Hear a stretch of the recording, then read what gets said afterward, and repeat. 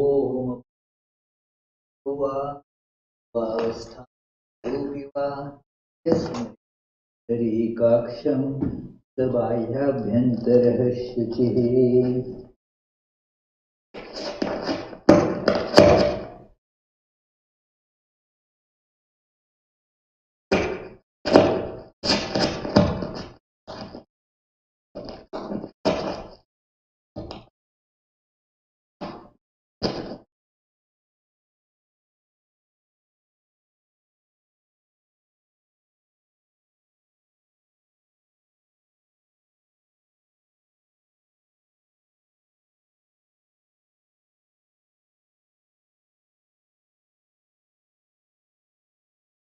ॐ भूतशृङ्गाटाक्षिरः जीवशिवं सुषुम्नापथेन परमशिवपदे योजयामि स्वाहा।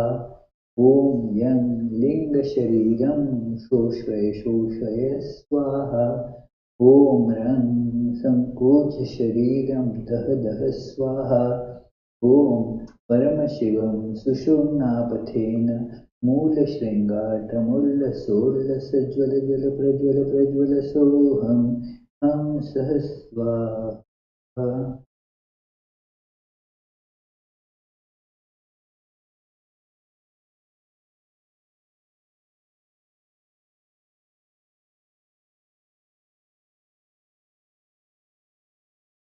ॐ हृदयकमलमध्ये राजितं निर्विकल्पं सदसदखिलभेदातीतमेकस्वरूपं प्रकृतिविकृतिशून्यं नित्यमानन्दमूर्तिं विमलपरमहंसं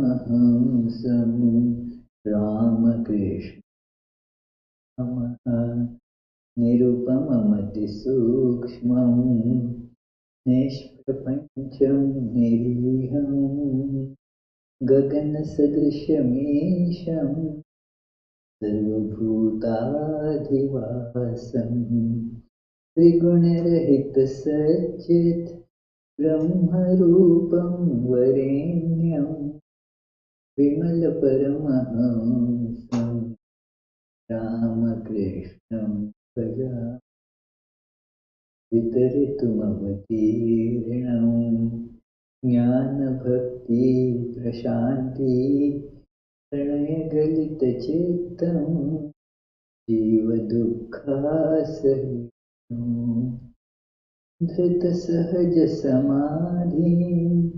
चिन्मयं कोमलाङ्गं विमलपरमहंसं रामकृष्णं भजामः।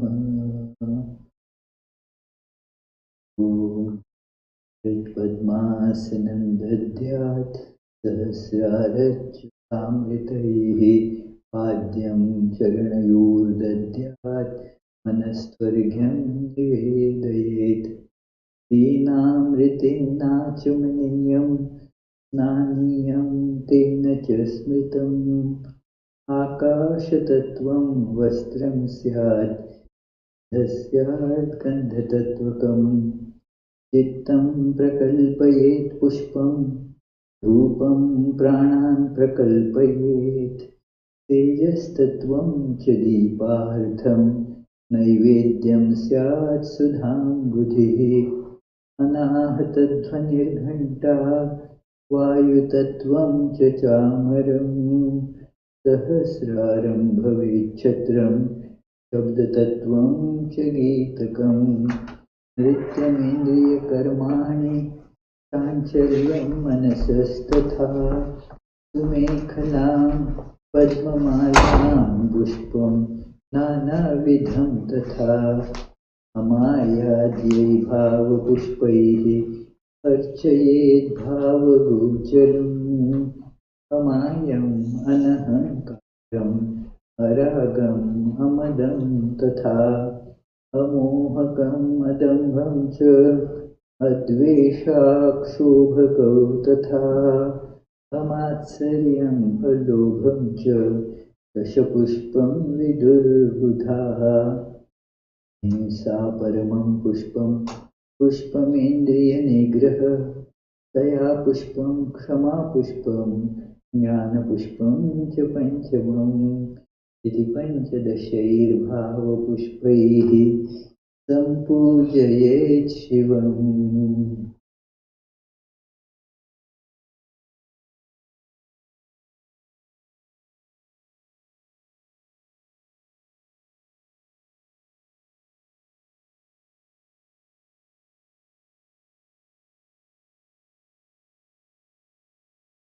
ॐ ह्रीं पीठदेवताभ्यो नमः। ॐ ह्रीं पीठशक्तिभ्यो नमः। ॐ ऐं एषगन्धः सर्वदेवदेवी स्वरूपाय श्रीरामकृष्णाय नमः। ॐ ऐं इदं सचन्दनपुष्पं सर्वदेवदेवी स्वरूपाय श्रीरामकृष्णाय नमः। ॐ वनस्पतिरसो दिव्यो गन्धाढ्यः सुमनोहरः अघ्रेयं सर्वदेवानां धूपोऽयं प्रतिगृह्यताम्। ॐ ऐं एषधूपः सर्वदेवदेवी स्वरूपाय श्रीरामकृष्णाय नमः।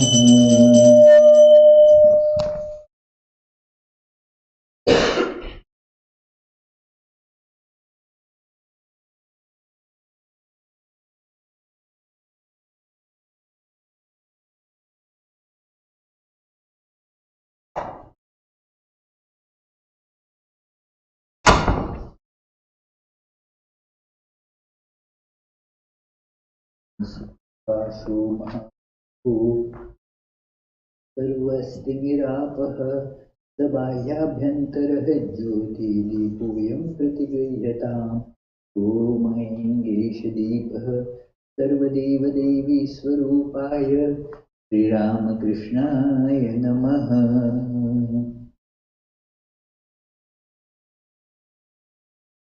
ॐ इदं सोपकरणनैवेद्यं सर्वदेवदेवी स्वरूपाय श्रीरामकृष्णाय नमः।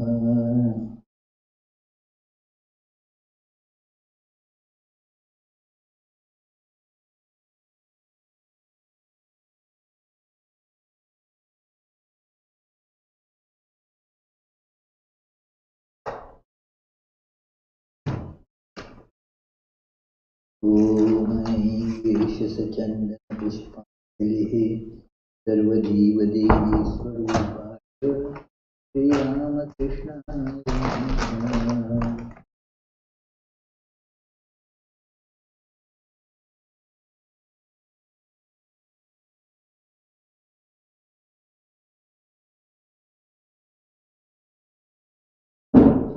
ॐ ऐं ह्रीं एते गन्धपुष्पे सर्वदेवदेवी स्वरूपिण्यै श्रीशारदादेव्यै नमः।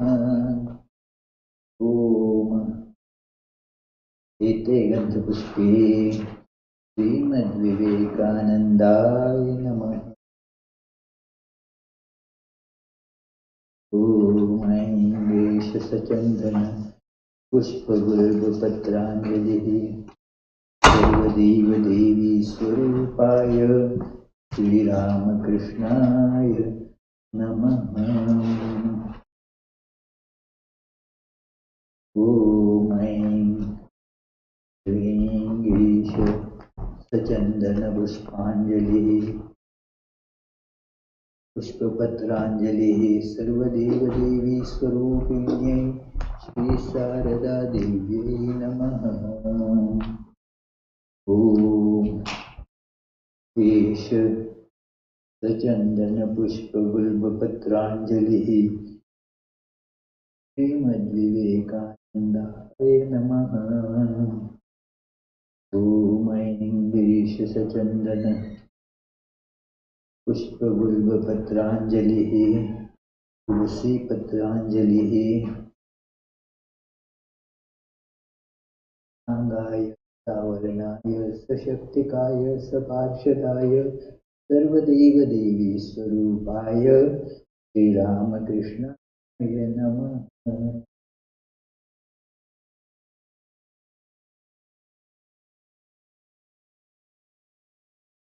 Now we will do the arati.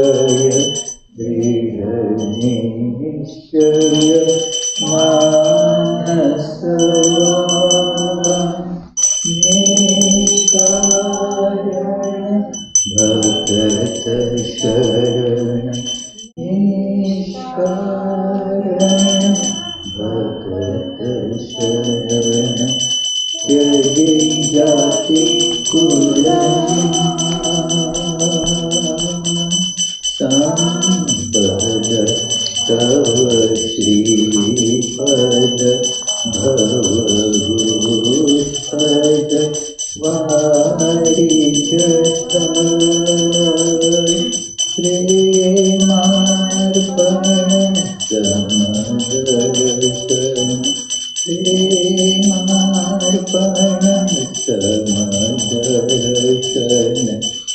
जग जन दुःखजय संपद तव श्रीपद भगवत्पद वारी यथाय प्रेमार्पण समदर्शन प्रेमार्पण समदर्शन जग जन दुःखजय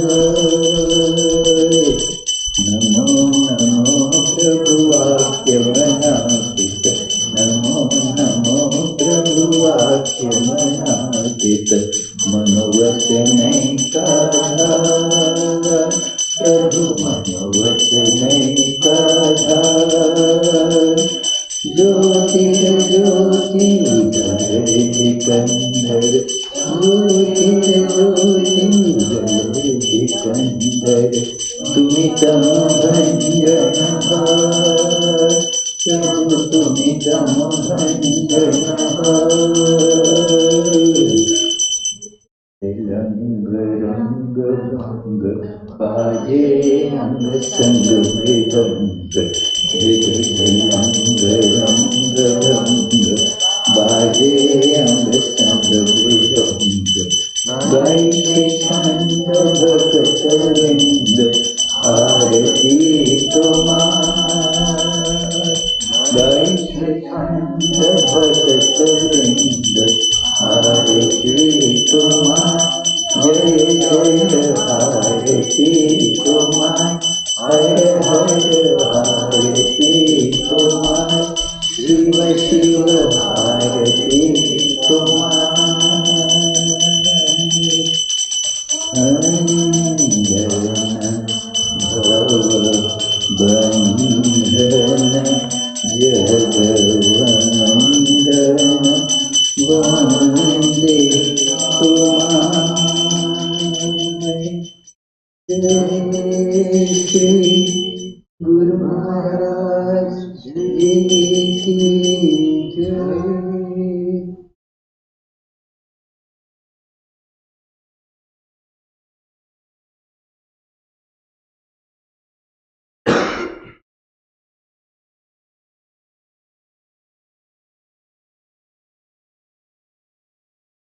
Let us सर्वमंगल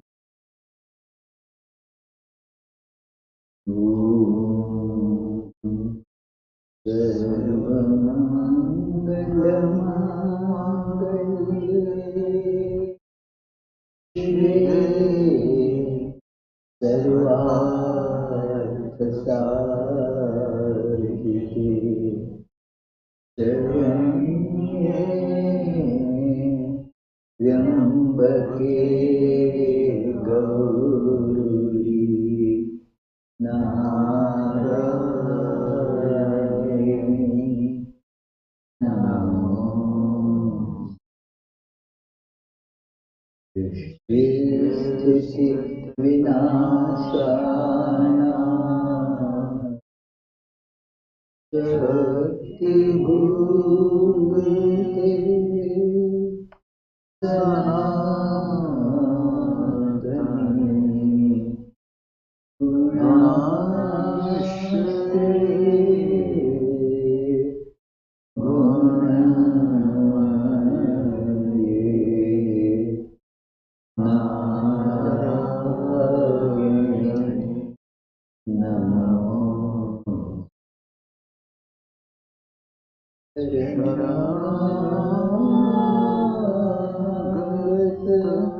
दीनार्त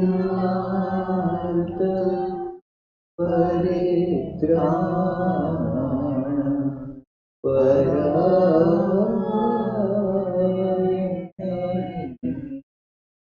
सर्वस्याति हरे देवी नारायण नमोस्तुते। जय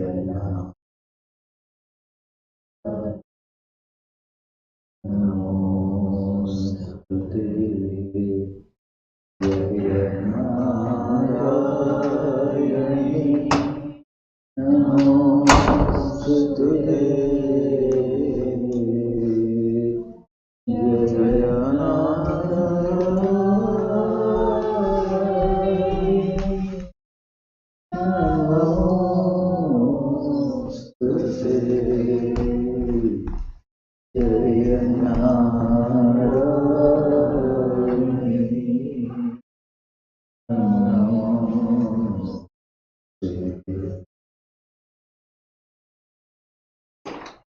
जय श्री राम कृष्ण देव की जय।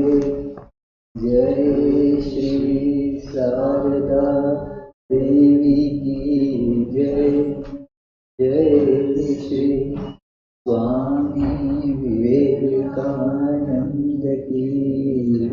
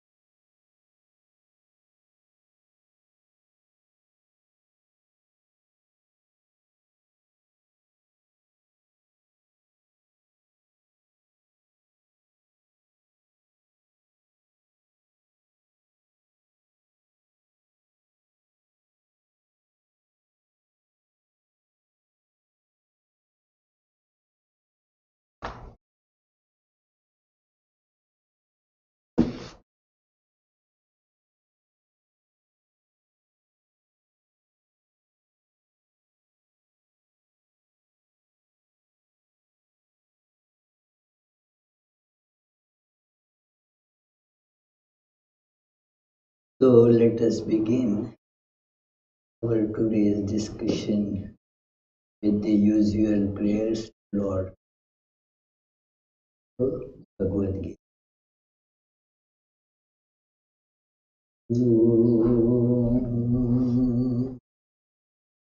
पार्थाय प्रतिबोधितां भगवता नारायणेन स्वयं व्यासेन ग्रथितां पुराणमुनिना मध्ये महाभारतम् अद्वैतामृतवर्षिणीं भगवतीम् अष्टादशाध्यायिनीम् अम्ब त्वाम् अनुसन्दधामि भगवद्गीते भवद्वेषिणी।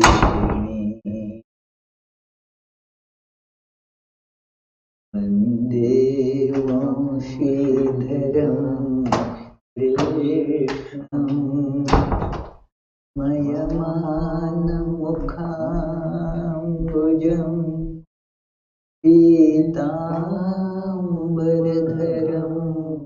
नीलम् माल्यचन्दनभूषितम् राधाचित्तचकोरेन्दु सौन्दर्य सुमहोदधीम्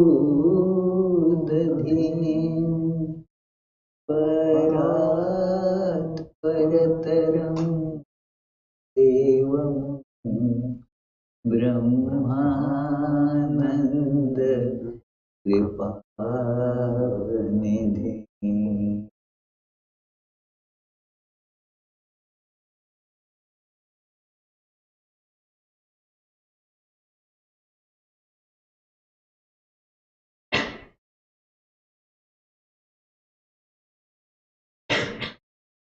Today is Holi, some say tomorrow is Chaitanya Mahaprabhu's birthday. That is the day, the topic about the God incarnating as human being. Chaitanya Mahaprabhu was one of them. That God appearing in human form.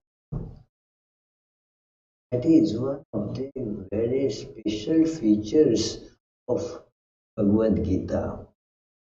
In no other Vedantic text or in no other text in the religious or spiritual text in the world, this thing has been ever expounded to this great detail. It is kind of accepted more or less in all religions, in some form or the other, that God appears as human being to teach humanity. And they become the source of all various traditions, religious traditions that we know about. For example, they may not call it as incarnation of God, but practically it is like that. Think of, for example, the Buddha. Buddha is amongst the Buddhists, this word is not current, God incarnation. But the adoration that is extended to Buddha is very similar to what one would, a Hindu would accord to Krishna. So it is accepted. In Christianity, you read that God became flesh, the Word became flesh in the form of Jesus. There is no philosophy discussed there, but this concept is very well known that to the ideal to humanity, the God appears because human beings kind of forget the purpose of life. This is a strange thing because as human beings we have animal aspect where we become instinctive and not thoughtful. The instincts take over. Like you see in all other creatures, they just instinctively do things. There is the instinct to eat. They will just see the food and that instinct gets awakened. Unfortunately, that happens with human beings also. But it is with human beings, there is the thinking faculty that you think, should I do this? What shall I gain by this? What will be the ultimate result if I go on this path? So, human beings think of the ultimate purpose or the goal of life. So, this is a difference uh, in human beings and in animals. Do you appreciate this? Hmm. So, this makes human beings work with a goal in mind, a purpose in mind.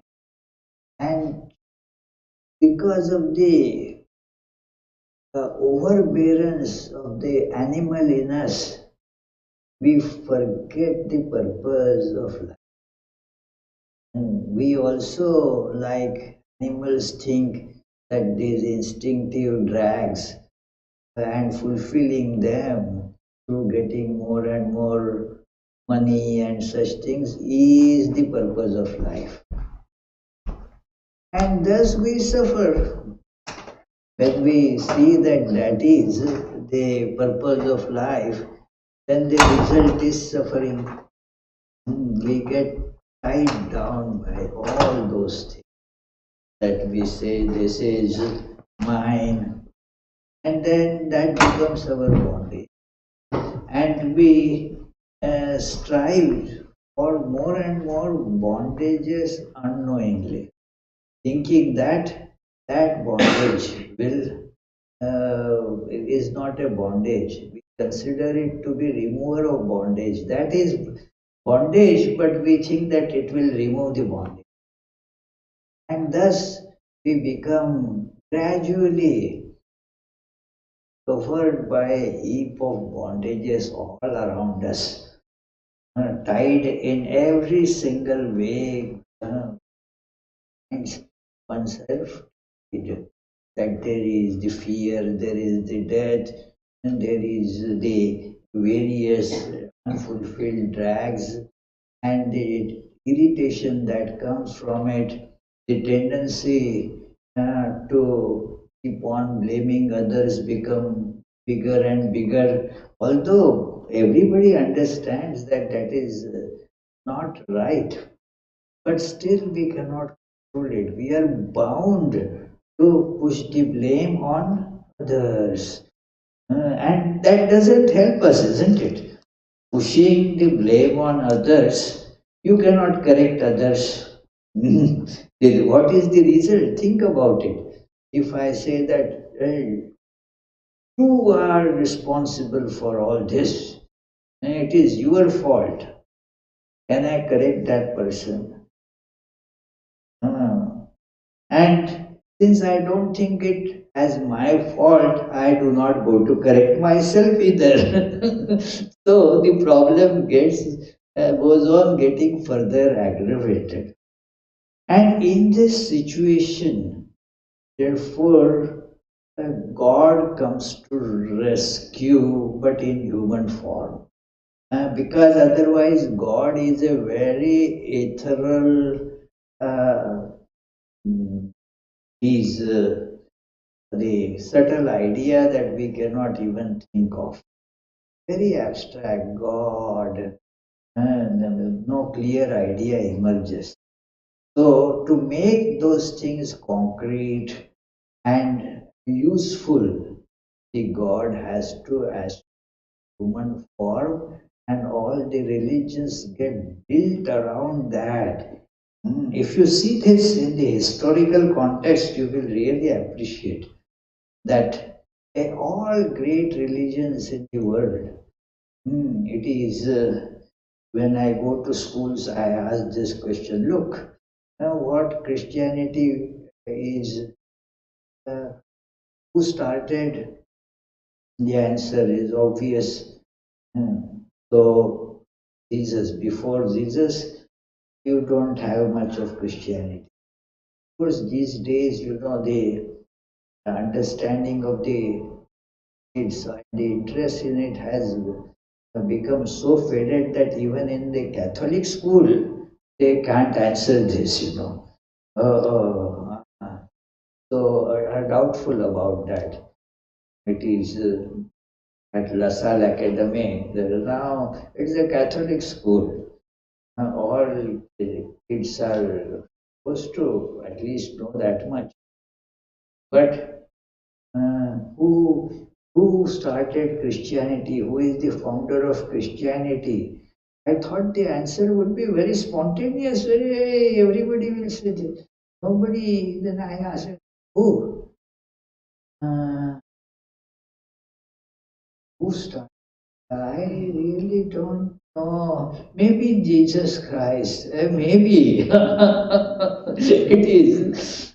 So it is very funny, but that is the actuality that one does not see that. Say without Prophet Muhammad, is there Islam? Uh, there is without Moses. There was no organized Judaism as such. It is so every religion has an incarnation of God who is worshipped as God. When we want to see a concrete example, there is that God. I remember we were being taught in college three-dimensional geometry. Uh, Three-dimensional geometry. Now our vision is just two-dimensional. So the teacher would look at the corner of the room.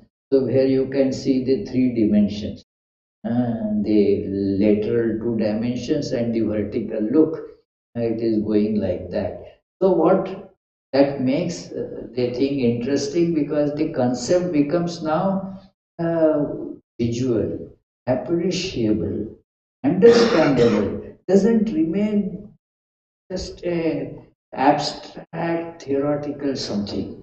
So God has to become like that God in human form. So God comes as human being. But in no other text This has been expounded, at least to my knowledge, with such clarity and such uh, definiteness that God incarnate Krishna himself is expounding this. And Bhagavad Gita, as we chanted a little while ago, that it is a summarization of Upanishad. But in no Upanishad you will find a discussion of avatar or God incarnate as human being. It was left to the genius of Krishna to bring this abstract concept on the plane of our appreciating or understanding. So this is that Krishna as incarnation does that. It is in the fourth chapter you see the beginning of this discussion. It has there was discussion earlier even in the second and third chapter, but not um,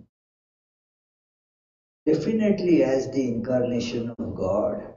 But in the fourth chapter, most probably, as you can see, to get this discussion going on, Krishna made a statement, and that would elicit a question from Arjuna.